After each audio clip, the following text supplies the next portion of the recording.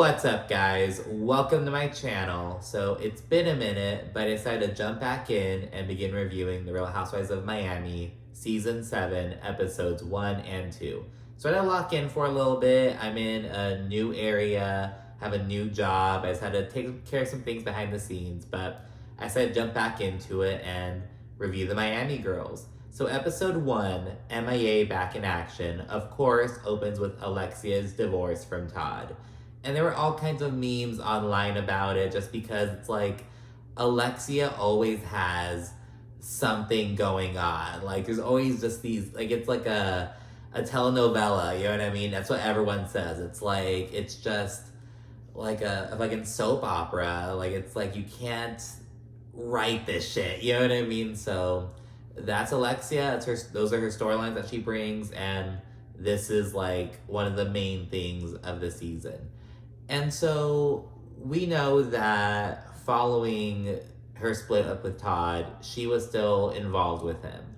So much so into like the very recent present day. And on Watch What Happens Live, she said that, you know, she is single, she is no longer with Todd. But Andy asked, okay, well, when was the last time you were intimate with him? And she was like, a couple days ago, like within the week. So yeah, and it's like, I guess they're just, you know, we aren't working out romantically or seriously, but we have great chemistry, we have great sex, let's just keep having this great sex, whatever. But I mean, there's a certain point where it's like, you know, this is what he's done, because the circumstances around what he did, you know, he didn't just break up with her, it was just a divorce, it wasn't like this thing, he was really sneaky about it. He apparently got this apartment, and he and his daughters were like, you know, secretly packing up and taking things over there. And then on the day it happened, the day he finally moved out, he was like rushing Alexia to leave the house and whatnot. And when she returned home, Frankie was alone, sitting on the couch, like, Mom, Todd's gone. And it's like, dude, like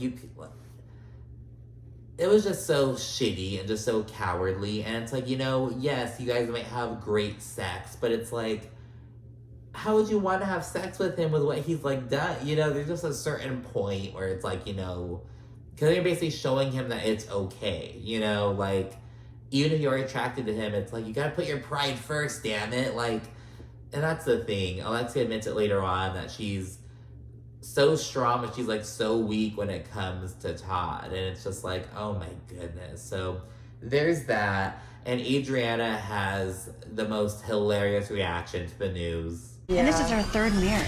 I guess Adriana was right. Yep, I was right. And yeah, Alexia continues telling the other girls about the circumstances surrounding her split. And she notes that although she's super hurt, she's still chatting with Todd. And Adriana, of course, she's like, a lot of things make sense now. And it's like, oh my gosh, like Adriana, like, she's just always on one. I love it. And yeah, 5 months later, we learn that Alexia is like seriously spending time with Todd now. So like shortly after the split up, like within the week essentially, she and him were still chatting and whatnot, and they were just kind of avoiding the subject of the divorce. And 5 months later, that's basically continued. And she notes that they're basically walking on eggshells, pussyfooting around the serious issue of their split up, their divorce, and they're just having a nice time, which is code for going out, having nice food, having great sex, and just avoiding the subject at hand. And you know, that'd be like okay if you didn't if he didn't do you the way that he did, you know what I mean? Like if he would have manned up and amicably split up, you know, then yeah, maybe you guys could work towards something, separate, and still like, you know, have sex, enjoy stuff on the side. And really emphasizing that, because it's like Todd is basically like, you know, this isn't working out, I'm not enjoying the show, I'm not enjoying like all your baggage, but I still want to have access to you. You know what I mean? And it's like, and Alexia's allowing him to do that, and she's showing him that it's okay, and it's like, that's where the problem lies. You know what I mean? It's like, girl, like, get up, stand up, you know what I mean? It's like, oh my goodness. And yeah, so that's what's going on. We also learn that Lenny and his fiance have split up, and Lisa plays as though she's like, like thinking about getting back with Lenny, but she's like, no, I have zero interest. Fuck him. I'm very happy with Jody. Yada yada yada. So there's that. And Alexia again, she doesn't care about what Todd has done, and Marisol says that that is bad. She's of course like just the bestie watching her friend like teeter on making this bad decision. She's like, bad news, bad. By the way, I'm really enjoying Marisol again. So I kind of like go back and forth with her. Like I enjoy her for a bit, then I get annoyed with her. But as of right now, I'm really enjoying Marisol. I think I'm also like in her shoes very often because like, you know, there's nothing like seeing your friend like make these bad decisions and you're just, you can only say so much.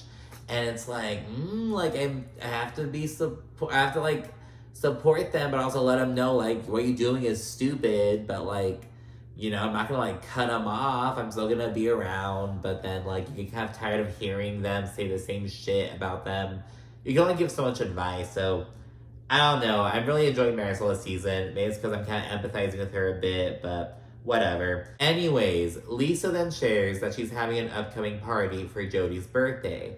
And we then learn that there's this whole drama between her and Larsa following her split up with Marcus. So after Larsa and Marcus broke up, Marcus was sending Larsa all these nasty text messages. He was like slamming her on social media, this whole thing. And apparently Lisa and Jody ran into him while at dinner. And he wasn't alone. It wasn't like they ran to Marcus alone. They ran into a group of Jody's like best friends. Lisa says it as though Jody ran to all of his best friends. Like, if Jody had a wedding, these would be like his fucking groomsmen type shit, like his best friends in the world. And they were at a table with Marcus Jordan. And so they sat and said hi. Marcus apparently took a photo and Jody was in it, and Larsa was super pissed off.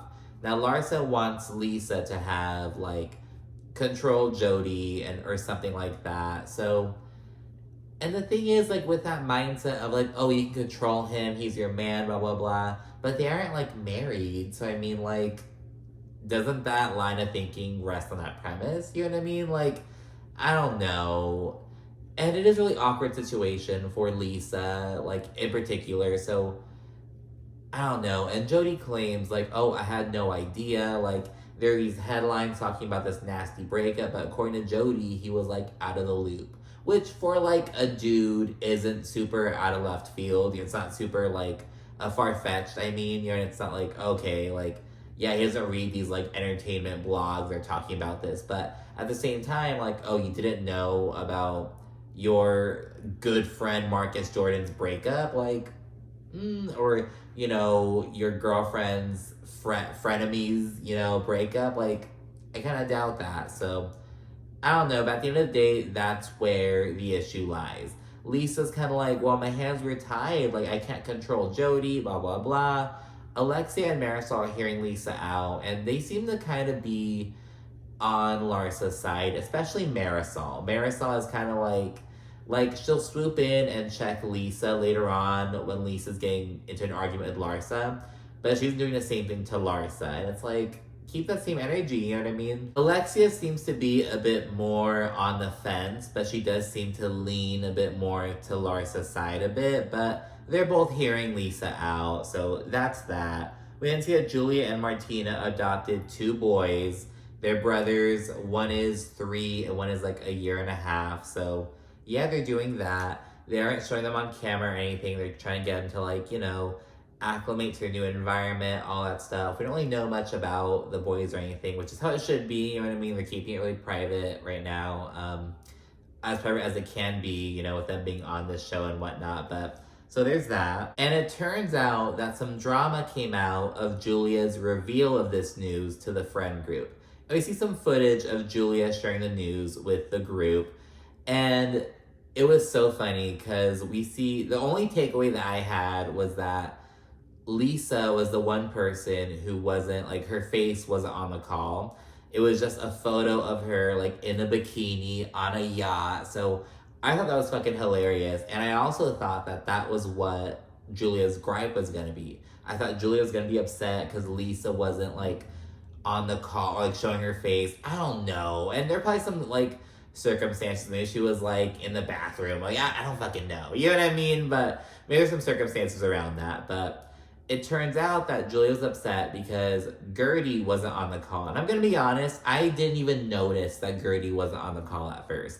I think that's like no shade to Gertie. I think it's mostly because there are just so many cast members on this show.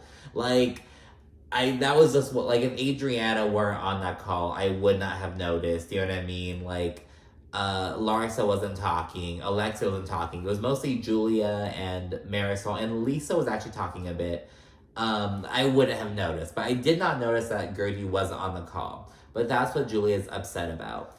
And some more stuff came out on social media about it, so it just seems to be that there's a gap in communication between Julia and Gertie. Like, Gertie revealed some text messages between them, and it was kind of icy on Gertie's side. You know, I don't think it did her a lot of favors in that regard. Julia came out on social media and made this big old long-winded statement in this abhorrent font, mind you, but she was basically saying that, oh, you know, I was going through a lot, our adoption wasn't finalized, I was going through a lot, basically. So there was just some stuff going on. I don't think it's that serious. It seems like that's gonna be like a sidebar for this season, like the thing between Julia and Gertie. Apparently, it escalated a whole lot more. I was hearing some stuff online about how Julia was alleged to have, like, thrown a drink at Gertie, like, dumped water on Gertie. Some shit like that. I don't know.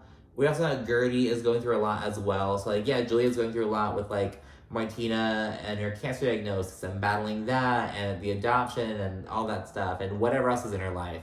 But Gertie herself had a cancer diagnosis.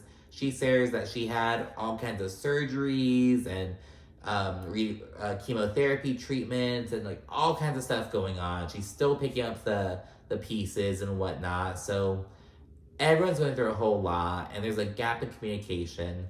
I don't think it's that serious, especially if those rumors I heard are true.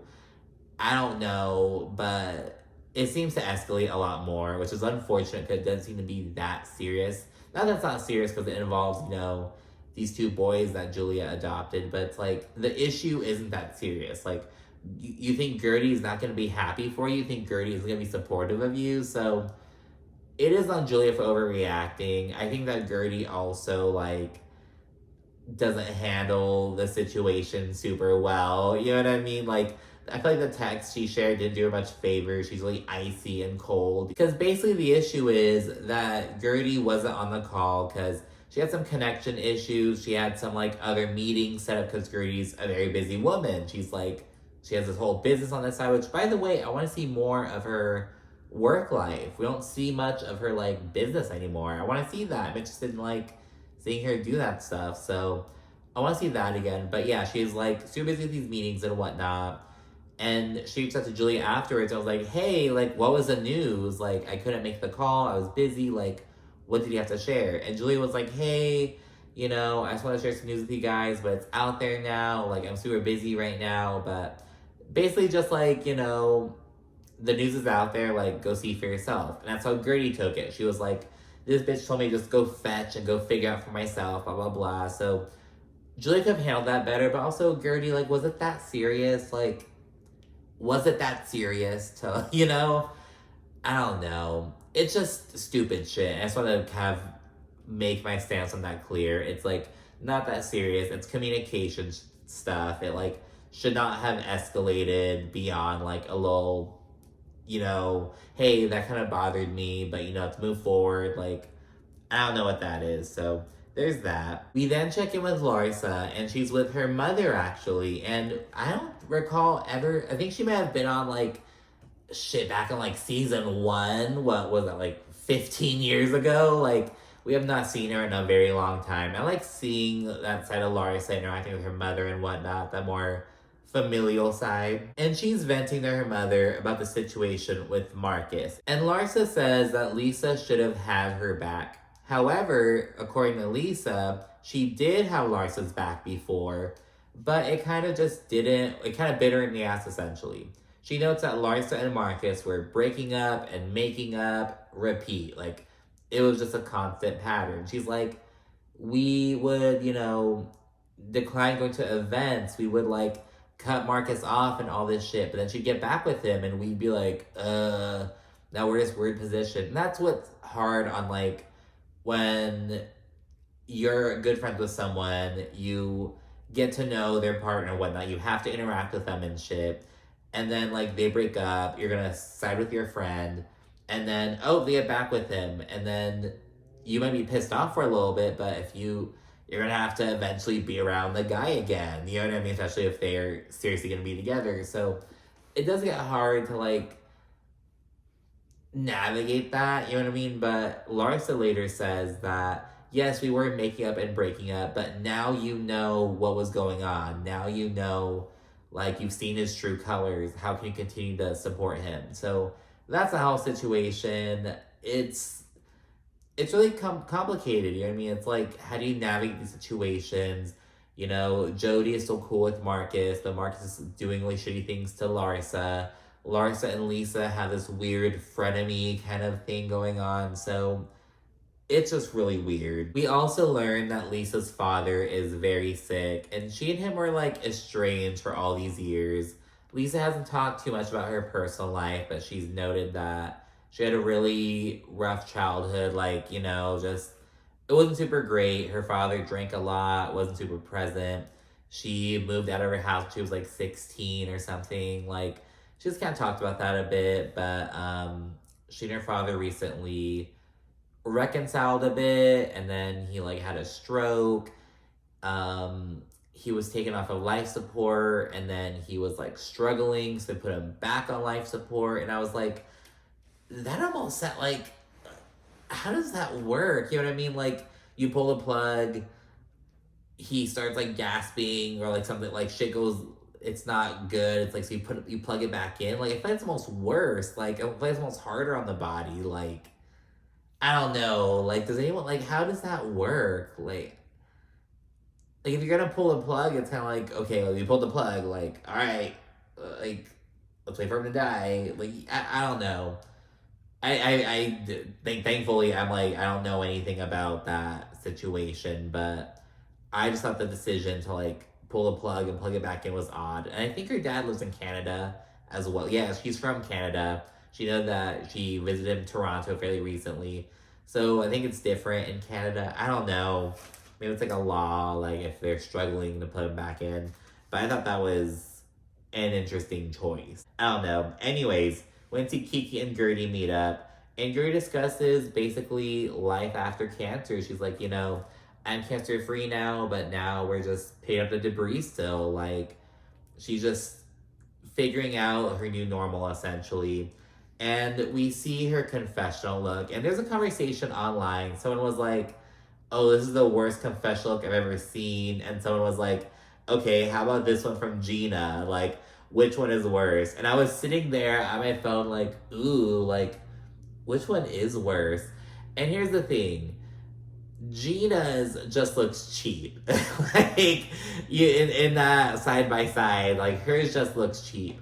Gertie's looks more just like starships are meant to fly, like, futuristic, like, you know what I mean? I'm like, okay, I feel like Gertie's doesn't work super well, but it's not the worst confessional look I've ever seen, I don't think. You know what I mean? Like, taking a chance and not working out versus genuinely trying with something and coming out looking a hot mess. I feel like those are, different. I feel like, I don't know. That's my stance on it. I feel like Gertie was, like, giving futurism. It just didn't really work out. Different visions, I feel, that just didn't really work out. Anyway, I just want to talk about that little discussion.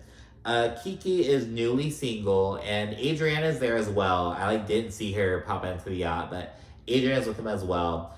So while Kiki's single, Adriana's seeing a new guy. He's, like, French. She's head over heels for him. She's like, oh, tall, dark, and delicious, blah, blah, blah. It's a whole thing. It's like, okay, girl, whatever. We went to see Alexia and Larsa meet up. And Larsa is side-eyeing how Alexia is saying that she's not single. She's like, you're not single until your heart is single, and my heart is not single, blah, blah, blah. And this is the point where Alexia notes that she and Todd are just walking on eggshells but having a good time, and she's trying to act stoic about it. Larsa's like, well, what if he, like, spurns you again? And Larsa's like, well, you know, that's life. Like, you just gotta take that chance.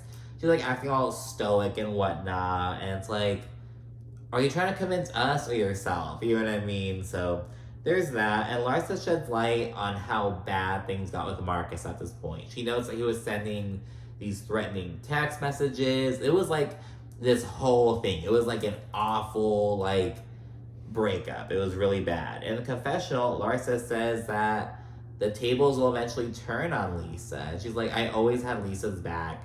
She, like, testified in court on Lisa's behalf, and she just wanted some of that support from Lisa, essentially. And she also notes that Lisa was, like, kind of trying to be hush-hush about it. I guess she apparently told Marcus, oh, I'm not going to tell Larsa I ran into you. So Marcus told Larsa, oh, yeah, I ran into Lisa, blah, blah, blah. Like, kind of just rubbing it in Larsa's face. That's probably why Larsa's so pissed off about it. That Marcus is, like, you know, like, haha, I saw your friend, and she was around me, like, he's, like, rubbing it in her face, so Larsa kind of has to get pissed off about it, in her mind, you know, so there's that.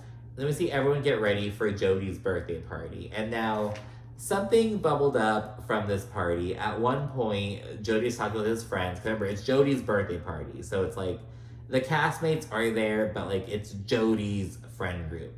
He chats with his homeboys, and he's like, oh, do you want it, like, his friend's asking, oh, where's the AC? And Jody's like, oh, it's in my room. Do you want to go for some AC? And they go, and we hear some audio of Jody being like, oh, this AC is awesome. And now Lisa and Jody have since been like, oh my gosh, it was for air conditioning. We're in Miami. AC is essential. But here's the thing. What, like, it'd be like central air. It's like, it's Miami's so essential, like they wouldn't have mini splits. Like, why do you have to go to a certain room for AC? It's clearly a code word. And then it's just like, okay, whatever. Then, oh, we're going for a shot and some AC. You're gonna take a shot and then go enjoy some air conditioning? That's a direct quote, by the way. It was verbatim. We're going for a shot and some AC. So yeah, there's that AC speculation. Do with that as you will. And that also reminded me of a clip that bubbled up from a previous reunion of something that Lisa said, kind of regarding the speculation matter. That I can't control what my guests do. So she was leveling the threat of drug use against you. All of Miami But no one is doing whatever she says. So yeah, that was an interesting development from this episode. But anyways, Adriana brings her man. His name is Amaury. And she notes that he comes from aristocracy. He's French royalty. And it's like, does anyone give a fuck? And she's like all up on him all night, just making out. She's so proud to be seen with him. She's like, I walked in with this 6'2", 6'4", whatever, like, hunk of meat, and all the girls were salivating. Like, she's just so happy to be around him. And it's kind of like, I feel like Adriana's the type to like pay a gigolo to like hang out around her. Like, I feel like she'd be that like type essentially. Like, I don't know how to explain it. Like, she's just so proud to be with him. It's this whole thing. And while mingling, Lisa tries hooking Alexia up with one of Jody's friends, and Alexia's like, no, he'd be good for Kiki though. She's single. I'm married. Like, it's so fucking funny. Just so proud. I'm married. And Julia's like rolling her eyes, like, yes, girl, you're married until you're not. Like, okay. Like, okay, acting like your man didn't fucking leave you. Like, that makes it weird. Like, yes, you're married. Yes, you're like still like with like interacting with him, but he left your ass. Like, how does that? It's just so interesting. We also learned that Julia and Adriana have drifted apart, apparently. So, I don't know. There's that. I don't really care. Like, but just take note of that. Gertie then arrives, and while Martina is playing nice, Julia is ice cold. She basically tells Martina to like zip it when Gertie asks about the boys and whatnot, and it's like, do you think Gertie wouldn't be happy for you? Do you think, like, I don't know. Julia's just being really weird, and Julia's acknowledging it, but it's kind of like, yes, you're acknowledging it in real time, but we're still gonna see you show your ass, so you're being weird. After we see some people take some bone marrow shots, which, by the way, I am terrified of since watching what happened over on New Jersey. John Fuda took a bone marrow shot, like, down by the shore, and there was, like, a hairline fracture in the bone marrow. Like, they had to call the paramedics out, something was in his throat. Like, it was this whole thing. I'm like, oh my God, I'm, like, terrified of that shit now. So after seeing some bone marrow shots, some terrifying shots, we see Larsa arrive. And Lisa greets her, they're playing nice, like, would you like a drink? It's going super well, all is good. Until Larsa says that's super funny that Lisa never returned her calls. And that's the thing, Larsa is the one that keeps fucking the piece up. It is so funny. It's like, what the hell? Lisa's drunk though, so Larsa, like, isn't pushing the matter. She's like, okay, whatever, like, just go get a drink. It's all good, go to the bathroom, whatever.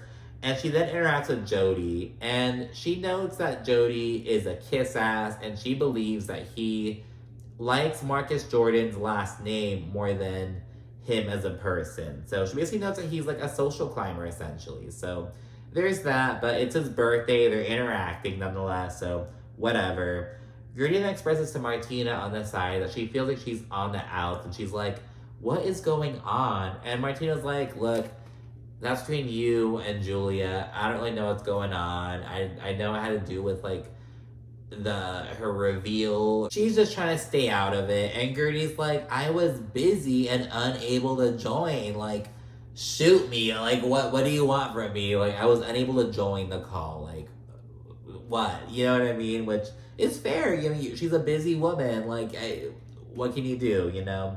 And then Larsa, she reignites a conversation with Lisa. And again, it's like, this was dropped. This isn't the plays, but, you know, it's Housewives. It's the first episode. So, of course, you know, it's going to have to happen. But it's like Larsa just keeps going in for the kill. You know what I mean?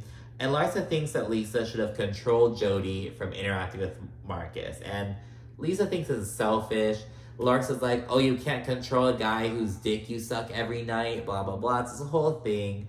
And yeah, things just keep getting nasty between them. They're bringing up, like, each other's divorces, their sex lives. Like, it's getting nasty between them. And in the confessional, Alexia's like, the way that they're both beating each other is unacceptable. I'm not going to take sides. This could have all been avoided if Lisa had picked up the phone and called Larsa. But Lisa never picked up the phone to none of us.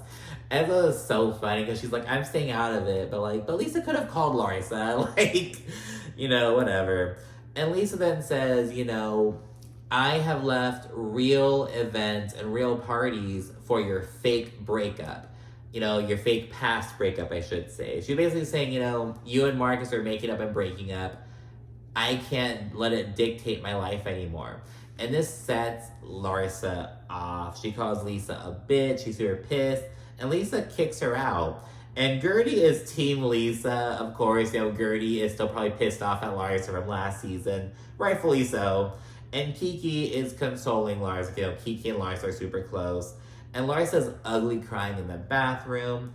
And Marisol kind of tries to check Lisa. She's like, hey, Lisa, that's not nice. That's your friend. And it's like, Marisol will never check Larsa. She will only check Lisa. And that's what makes it annoying. It's like, have it be even, you know, like, what are you doing? Like, oh my goodness. Oh, and of course, this is where Jody's AC bullshit comes up. It's like, oh, this is some good AC. Like, he's over there enjoying AC with his bros, in a room sitting in front of a fucking mini split. Like, oh, yeah, it feels so good. It's so powerful. Like, okay, Jody. So that's going on while Lisa and Larsa are going to battle. And after crying, Larsa returns for round 2. And again, Lisa's like, I'm sorry, Larsa, but, like, you called me a bitch in my own home. And Lisa's like, you're stupid.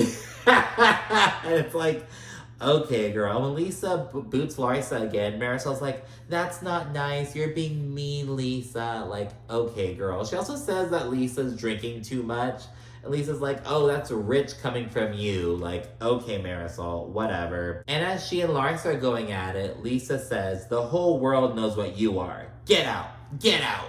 get out, this whole thing.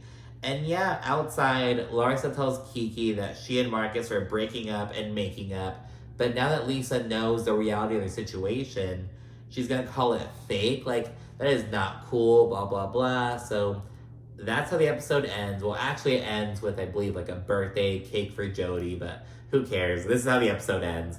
And so, yeah, let's go into episode 2. So, episode 2, Miami Takes Milan, opens up with Lisa, Adriana, and Gertie, the anti-Larsa crew, if you will. They all meet up to chat. And we learn that Lisa is about to head to Milan to walk in a fashion show. Now, at the same time, her father just had a heart attack, so that's on her mind, but she's gonna do the fashion show, super excited. She apparently used to model in Canada, and that's actually how she got her visa to come to the US, because she was a model. So she's really excited to like get back into it. It's like a new chapter, but she's returning to something she did years ago, but she hadn't done it in a really long time. So she's excited, but of course, Larsa's gonna be there as well, because Larsa was approached to do the fashion show as well, but she declined and was like, my son Press would love to do it though. Because Larsa notes that while her other 2 sons were like, they were more athletically inclined, they like wanted to go into sports like their father, all that stuff. Preston was like more into school, he was more creative and like into fashion and stuff like that. So he got the itch to model, and Larsa was like, all right, bet, let's do it. And so she gave him this opportunity. So, you know, good for her. Like, she admitted that, you know, like, yeah, it's like, he wouldn't have gotten it without me. It was essentially nepotism with how he's able to do this. But, you know, it's like, he's walking in some fashion show for some designer who I have personally never heard of. I don't know if you have, but I'd never heard of. I think his name was Philippe Klein. Not Klein, Plein. It's like Calvin Klein, both with a P, Plein. Philippe Plein. And so he's walking in his fashion show. Good for him. You know, it's not like he's doing anything crazy, you know, like going into politics with like, or this crazy billionaire scheme or whatever. No, he's walking in the fashion show. Good for him. He's like 22, getting a start. So yeah, that's what's happening with that. We see Alexia. She chats with Julie about the Larsa versus Lisa matter. Real quickly, again, Alexia's thing is like, they're both just like going too far. They're friends, they need to remember that. So that's Alexia's stance. While Marisol is a bit more pro-Larsa than Alexia is more in the middle. And then Julia, of course, chats about her issue with Gertie, which again, isn't super serious. It's like a communication gap. It's not a big deal. So yeah, chat about that real quickly. Then regarding the Todd situation, a judge gave Todd 30 days to basically either move forward with a divorce or to drop it. And Alexia notes that she kind of hopes for Todd to like leave it alone, because again, they're hanging out, spending time together, having sex. And so she's like, I hope he doesn't pursue divorce, but you know, the ball's in his court. That's her thing. She's like, the ball's in his court, it's in his hands, like, I've put effort in, and it's like, Alexia, you're a part of this relationship as well. Like, again, get up. Like, she's just so lost in the sauce right now. It is really crazy to see. So we're now in Milan, and Lisa and Larsa were on the same flight. There's only one flight out of Miami to Milan. They left like the day, it was like back to back. They got there, immediately got ready for the show. It was like boom, boom. So of course they were on the same flight. So that happened, and it turns out that, of course, they're also on the same van. Of course. It would be good TV if they weren't. So that's happening, and it's good at first, you know what I mean? So Preston is immediately over it. He's sitting in the front seat. He leaves Larsa in the back. Lisa and Jody get there. They're all in the back. And of course, they're all good at first. They're all being mature. They acknowledge it. They're like, oh my gosh, like, we're being so mature. I'm so proud of us. Oh my goodness. And then, of course, Larsa fucks it up. She brings up Lisa's, oh, everyone knows what you are comment. Like, out of the blue, Lisa made a joke. So she's chatting with Preston about like, oh, is this your first fashion show? Blah, blah, blah. Just making small talk with him. And then Larsa chimed in. And Lisa's like, oh my gosh, you sound like a stage mom. And I was like, when you said everyone knows what you are, I was surprised because I'm like a mom and I've raised these 4 superstar kids. Like, what does she mean? And it's like, what are you doing, Larsa? Is that necessary? Like, are you kidding me? So she just brings that up. It just goes downhill from there. after some back and forth between Larsa and Jody, actually, mostly just like, Jody being like, okay, like I was being nice to you and you're saying that I'm super cheap at my own party. That's not nice. Of course, Larsa's upset that he was hanging out with Marcus.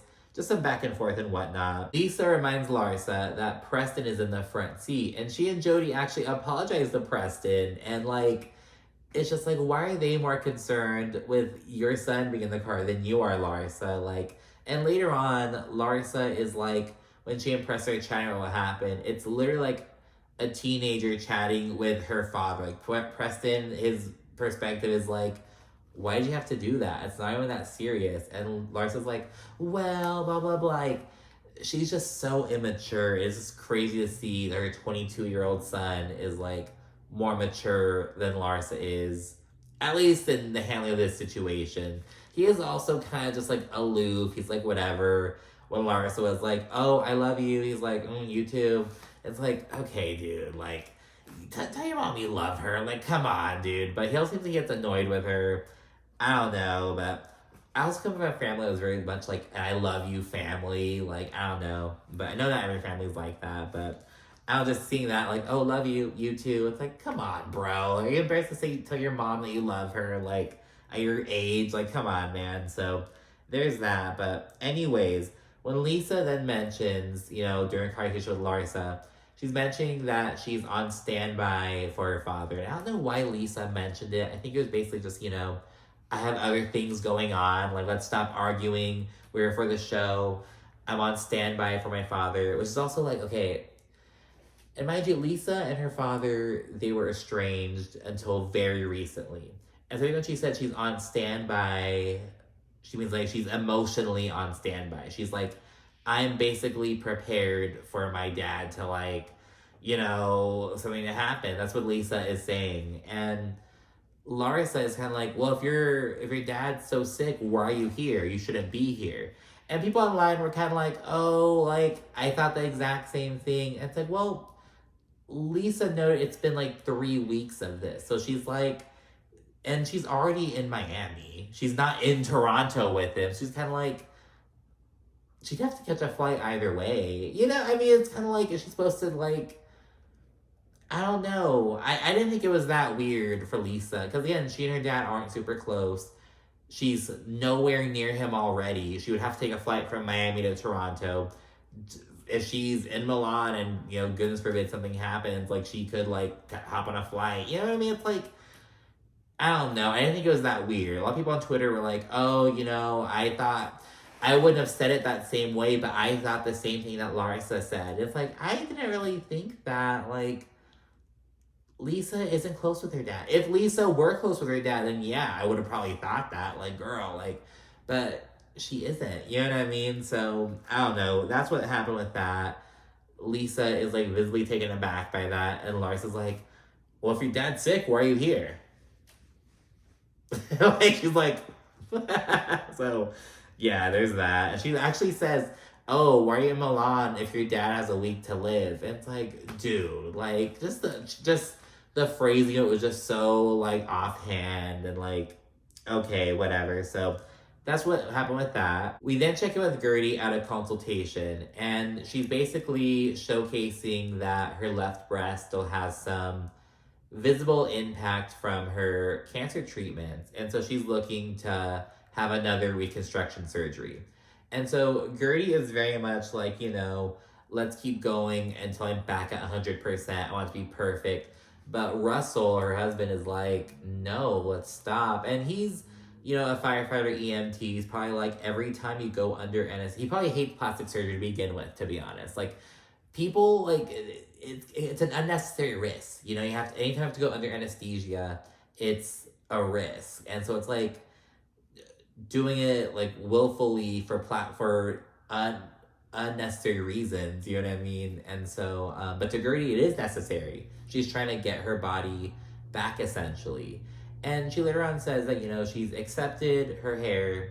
She's accepted, I guess she's gained a little bit of weight, she says. And she's like, I've accepted that, but I am not accepting this. And Russell's like, stop, you know what I mean? Like, are we just gonna keep doing these surgeries? And you know what I mean? But so they have some disagreements about that. I could see it potentially eventually growing into like, more of an issue, because he's like, and yeah, it does become an issue because like, I'm supportive, but it's like like stop, you know what I mean? Like, oh my god, when are you gonna like stop doing this? Because again, he has to like swoop in. They have kids together. He's gonna have to swoop in and like pick up the slack when she's, recovering. So it's a nuanced thing. It's not something that doesn't involve him. So they're having some conversation about that. It's interesting to see. And I will say again that I want more of Gertie's work stuff. And maybe she's like, it's a conscious decision to like not have her jobs like intersect. But I want to see that. I want to see her like, and we don't have to see her like at events and shit. But I want to see her like in the office, like taking call, like at least a little bit, like how you see with like Vicky sometimes. You see her like, like, oh, Kodo Insurance, like in her home office, like just seeing her, because she's very much on that like similar, she has this whole little empire. Maybe she like stepped away for a little bit with her. Actually, now I'm thinking about it, talking to myself in this empty room as I'm talking to you about it. Maybe she like took a step back from work stuff to like due to her diagnosis, you know what I mean? Maybe her appointments were like medical appointments she's talking about, or like medical meetings. I was thinking like, oh, work meetings, but yeah, maybe she's delegating right now. I don't know, now I think about it. But yeah, Gertie says that the bottom line is that her body has changed and is different after 6 surgeries, 20 radiation treatments, and 5 rounds of chemo. And she's having a hard time accepting her new normal. She's trying to roll with the punches though. She's like, I'm slowly accepting certain things, but just let me do this. So that's what he tells Russell, and that's where they're at right now. So yeah, it'll be interesting to see how that evolves over time and whatnot. But yeah, it just really goes to show like just a lasting impact. You know what I mean? We then see Marisol and Steve. They discuss their upcoming wedding. So they had a couple like, informal like dedication ceremonies. I'm not sure what the verbiage would be for that, but they had some like commitment ceremonies, I guess, but they're looking to like legally get married, just out of the courthouse. That's nothing too crazy, but they're gonna make it official. Not make it official. They're gonna make it legal. It's been official, they've been committed for years, but they want to make it legal for whatever reason. So they're doing that, and then they chat about Alexia basically getting back with Todd, essentially. Like, not exactly, but she's sure as shit is not breaking up with him. She's not moving away from him, but, interacting with Todd, exploring the idea of Todd again. And Marisol says that Alexia is different around Todd, and she's like, since they've been separated, she's gotten to see that glimpse of Alexia again, and she's like, I don't want my friend to go back to that. I don't want my bro to go back to that, basically. So yeah, Marisol says that Todd brings the worst out of her, basically. So there's that. So again, I wonder if that'll cause some rift between them. Because, on Ultimate Girls Trip, they had like a little hiccup. At the end of the reunion, Marisol and Lex had a disagreement, which is, they've quickly moved past. They haven't even touched on it. It's probably a little nothing. But they have disagreed fairly recently, and I wonder if they're going to disagree again over this. You know what I mean? So yeah, there's that. Again, in Milan, like I mentioned earlier, Preston is like kind of annoyed with Larsa, and he's like, why did you have to do that? Why did you be confrontational? Like, that's their business. The thing about, oh, why is Lisa here if her dad has a week to live? That's her business. Like, why do you have to bring that up? Like, we're here for work. You're here for me. Like, what's the point? So again, that's his stance on it. And then we see him basically get schooled on modeling in Italy. No, we don't wear t-shirts under the shirt. That's not America. That's Milan. Not under the button down, baby. That's a no-go. These are your shoes? What happened? We cannot lace them up like this. That looks really weird. This looks like my little son who goes to kindergarten. No way. Back in Miami, we see Alexia invite Julia, Marisol, Kiki, and a few others out to dinner. They're specifically at dinner to celebrate her friend Johnny. We've seen him a couple of times on the show. He's actually Peter's age, and he's just this gay guy who Alexia has just grown really close with. I'm not sure if he, like, worked with her in some capacity. I'm not sure how they like know each other, but they've grown super close, and he's living in Madrid or Barcelona. He's living in Spain, and he's in town for a little bit. So she wanted to surprise him with some of his friends and some of her girlfriends. Gertie and Adriana didn't make the list. She notes that just because she didn't want there to be any disagreements or anyone. Probably because, you know, she and Adriana are frenemies. Julia and Gertie are kind of on outs right now, and so she chose Julia, essentially. You know, so there's that. That's why they aren't there. And of course, Larsa and Lisa are out of the country. So yeah, they're at dinner, and Alexia's like, we're here for Johnny. I don't want there to be any distractions. We're here for Johnny. But of course, they swiftly segue to Alexia. After catching up with him real quickly, you know, and I actually like that we don't see much of Johnny, you know, because, like, there's some of these other friends, they seem to claw for camera time, and they want to go to all these events, reunions. He's just kind of around. Like, they seem to actually be genuine friends, so it's cool to see that dynamic, you know what I mean? So, yeah, Alexia swiftly brings up her situation with Todd, and basically how she's exploring the idea of getting back with him. And everyone's kind of on Marisol's side with like, girl, what are you doing? Like, girl, what? And like I mentioned earlier, Alexia's stance is the ball's in his court. And Johnny's like, the ball's also in your court. And everyone's like, yeah, girl, like, come on. Like, what do you want to do? You have to figure out what you want to do. And Alexia says that Todd, he initially liked the show, but eventually he disliked that he couldn't control the narrative. He couldn't control the public perception of him. And that's where his issue came from. He doesn't like not having control. And Alexia said she actually offered to leave the show for him. She's like, my family is more important than the show. But she said that Todd was like, it's too late for that. And it's like, okay, again, Todd doesn't want to be with you, but he still wants to have sex with you, wants to have access to you, wants to hang out with you. Like, come on, like, how are you going to allow that to happen? And Marisol thinks that Todd is playing nice right now because they're filming. And that's like, wow. Like, so she doesn't even think he's being genuine right now. She thinks he's trying to appease Alexia because they're on the show right now. And it's like, I don't know, is it just gonna like lash out and be a dick in the off season and then play nice while they're filming? Like, what? Like, how's that gonna work? And Alexia says, and I quote, it's like I've been sleeping with the enemy for 8 years. And you're still sleeping with the enemy. And it's like, what are you doing? Like, oh my goodness. And Alexia then pops off, and it's like, okay, like, where does energy come from? But nonetheless, she pops off on Todd. I said, Todd, you don't give me that emotional safety that I need. All of this is temporary. I live in your fake rented apartment. I drive your fake rented car. I do all this stuff. Nothing is yours and nothing is mine. And afterwards, she says that she's so weak when it comes to him. And this prompts her to cry. Because everyone's like, Alexia, you're so strong. And she's like, I am strong. Except when it comes to him, for whatever reason.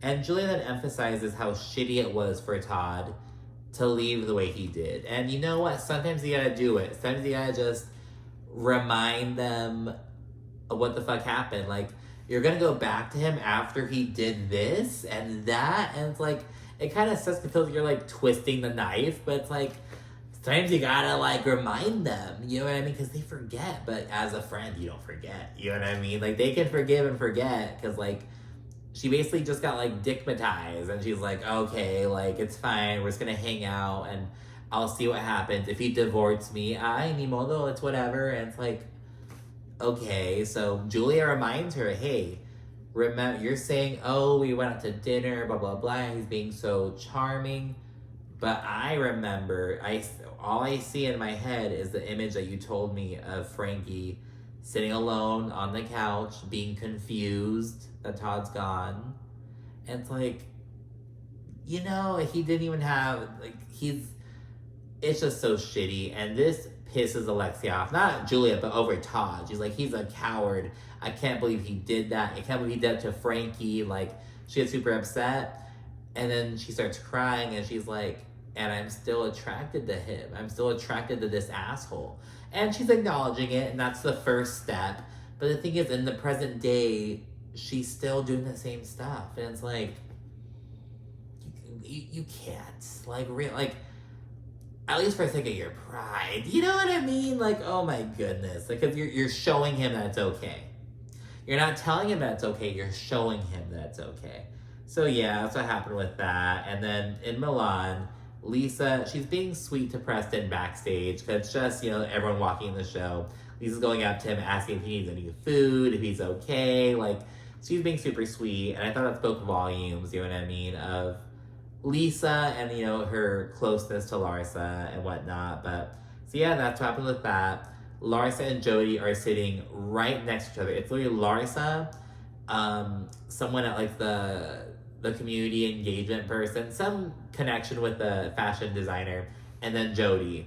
They're right by each other. It is very awkward. Larsa's being super fucking petty. She's like, oh, you know, Preston, he's like basically opening the show. He's like the second model to go out. And she's like, oh my gosh, he's basically opening the show. And Lisa's number 50, 55, number 50 something. And she's like, oh my gosh, and Lisa's so late, blah, blah, blah.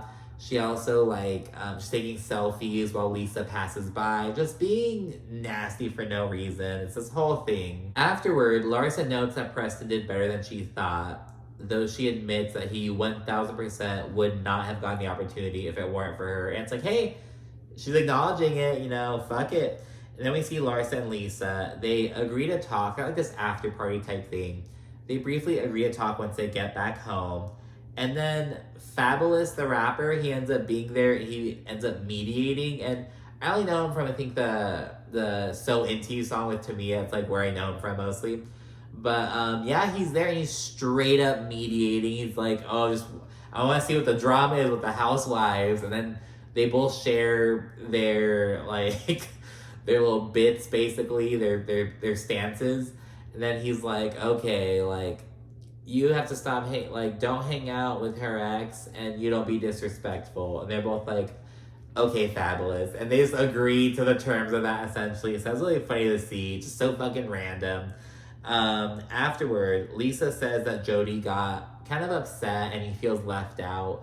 And Larsa's like, well, you have to be social. That's our business. Like, and he's also there to support Lisa. So it's like, he's upset that Lisa isn't by his side and there to do what she came to Milan to do. So that was super odd. And Lisa doesn't know where Jody's at, which, factoring into AC speculation, is really interesting. Then, you know, at the very end of the episode, we learn that the cameras went down, but Larsa explains that Jody got super pissed off. She also shows a photo of him showing his eyes, and this just adds to speculation that started from the AC incident. It just adds to speculation. Also factoring in what Lisa said at a past reunion. I can't control what my guests do. So she was leveling the threat of drug use against you. All of Miami But no does. one is doing whatever she says. It gets kind of interesting. But anyways, that's my recap of the first 2 episodes of The Housewives of Miami Season 7. Thank you for tuning in. Be sure to like, comment, subscribe, and of course, stay tuned for more. Thanks again. Bye.